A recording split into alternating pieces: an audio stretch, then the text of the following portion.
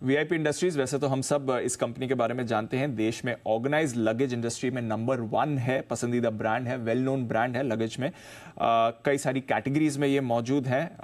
10 manufacturing facilities हैं company की, 1300 शहरों में 13,000 पॉइंट ऑफ सेल्स हैं और लगातार आप देख रहे हैं बढ़िया प्रोडक्ट्स इनकी तरफ से आपको आते हुए दिख सकते हैं। आज हमारे साथ जुड़ रही हैं नीतू काशीराम का, कंपनी की एमडी, सीए है मैम, 25 साल का उनका अनुभव है। वीआईपी इंडस्ट्रीज की जो ग्रोथ आप देख रहे हैं उसमें मैम की एक अहम लीडरशिप भी आपको आती हुई दिख रही है और इस कंपनी को आगे बढ़ाने का जिम्मा भी मैम के पास है। बहुत बहुत शुक्रिया मैम हमारे साथ आज शो में साथ देने के लिए। पिछले थर्सडे काफ़ी एक्साइटमेंट भी हुआ था आपके स्टॉक को लेकर, कंपनी को लेकर, क्योंकि कुछ टेक अवेज आए थे एनालिस्ट मीट से, बाजार आगे की डायरेक्शन को लेकर थोड़ा एक्साइटेड भी था। जरा पहले बताइए, रिसेंटली आपने अपनी प्रेजेंटेशन में भी कहा है कि कुछ लीडरशिप चेंजेस भी करे हैं आपने कंपनी पर और आगे का ग्रोथ आउटलुक भी वहां से आ रहा है, तो जरा बताइए क्या कुछ रीऑर्गेनाइजेशन किया जा रहा है, आगे ग्रोथ की क्या स्ट्रैटेजी बन रही है आपकी?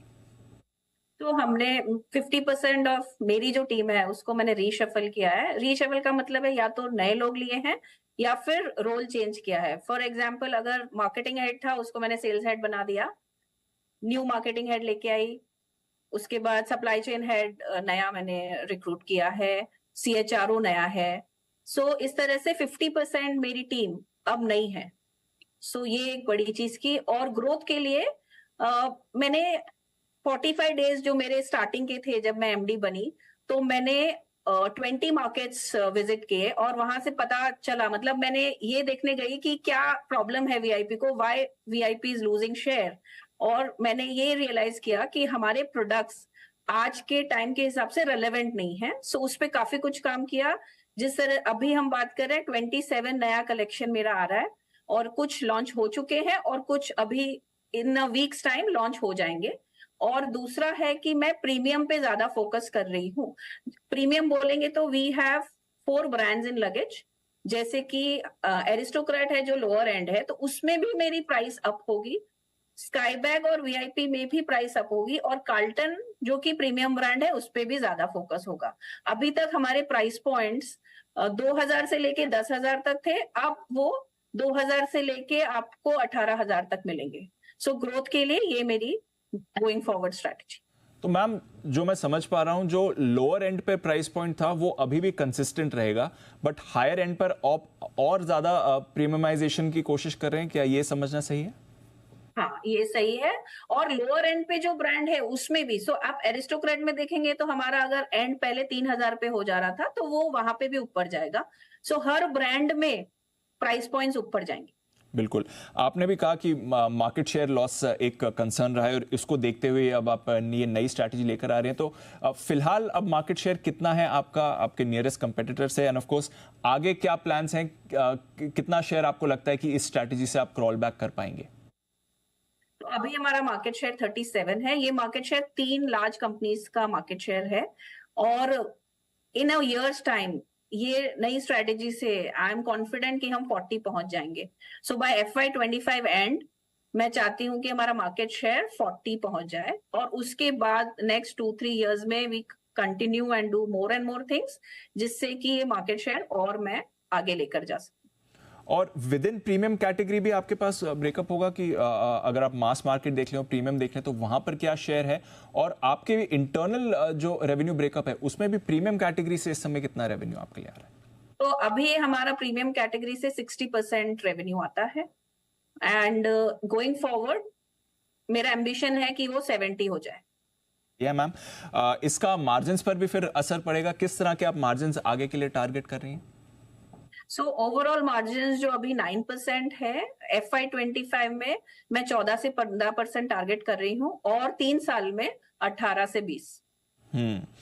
आपने डीलर डिस्ट्रीब्यूशन मीट्स भी अभी रिसेंटली करे थे, काफी लंबे समय बाद हमें समझ में आ रहा है कि ये आपने किया था। वहां से जरा बताइए क्या कुछ इनसाइट्स आए हैं और अब आगे किस तरह की कंज्यूमर टारगेटिंग आप करेंगी?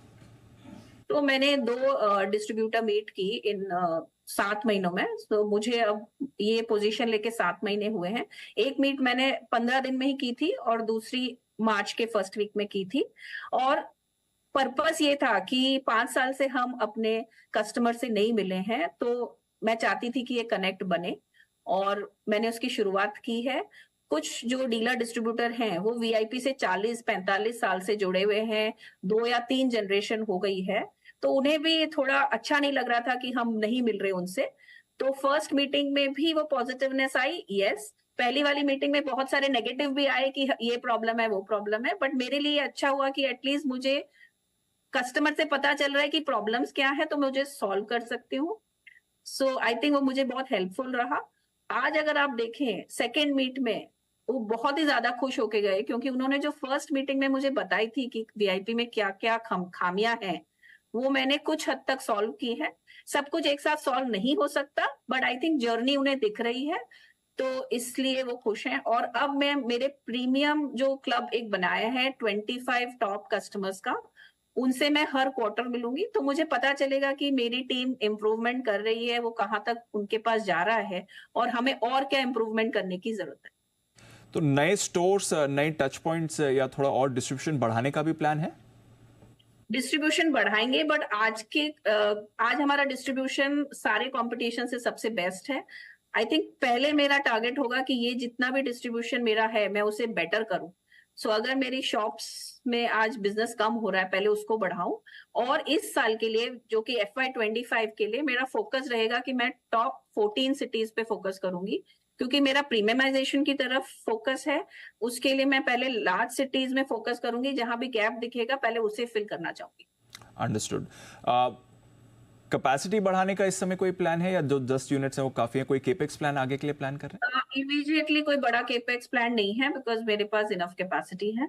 सो कोई बड़ा केपेक्स प्लान नहीं है आज के डेट। और एडवर्टाइजिंग पर मैम? एडवर्टाइजिंग में हम 7% खर्च कर रहे हैं, उतना खर्च करेंगे अभी भी। और मैं ये बोलूंगी कि 7% जो हम खर्च कर रहे थे, मे बी वो बेस्ट तरीके से नहीं कर रहे थे, और अब उसी का बेस्ट तरीके से करेंगे तो उसका इम्पैक्ट आएगा। बढ़िया है। फिलहाल डेट लेवल्स किस तरह के हैं? आगे डेट रिडक्शन पर कोई फोकस रहेगा? वर्किंग कैपिटल या उसके लिए भी कोई कंसर्न्स है? सो आज के डेट में 400 करोड़ का डेट है, और अगर मैं इन्वेंट्री कंट्रोल करती हूँ तो by end of this year I will be targeting a zero debt company. End of this year zero debt company ma'am? Yes, because 900 crore का स्टॉक है आज मेरे पास। एक्चुअली वो 400 से 500 ही होना चाहिए, और वो मैं टारगेट कर रही हूँ कि बाय नेक्स्ट मार्च में वहां पहुंच जाऊं, और अगर वो होता है तो मेरा VIP will become a debt free company. बहुत बढ़िया मैम, काफ़ी सारे आपने हेडलाइन आइटम्स हमें दे दिए हैं इस इंटरव्यू में, आगे के प्लान्स को लेकर, ऑफ कोर्स प्रीमियमाइजेशन को लेकर जो बड़ा फोकस आ रहा है, और वापस मार्केट शेयर को भी क्रॉल बैक करने के लिए। बहुत बहुत शुक्रिया आज हमें अपना वक्त देने के लिए, और आपको आगे के लिए भी बहुत बहुत बधाई। ये जो नई स्ट्रैटेजी आप लेकर आई हैं वो सक्सेसफुली इंप्लीमेंट हो। बहुत बहुत शुक्रिया। Thanks a lot. धन्यवाद। इंडस्ट्रीज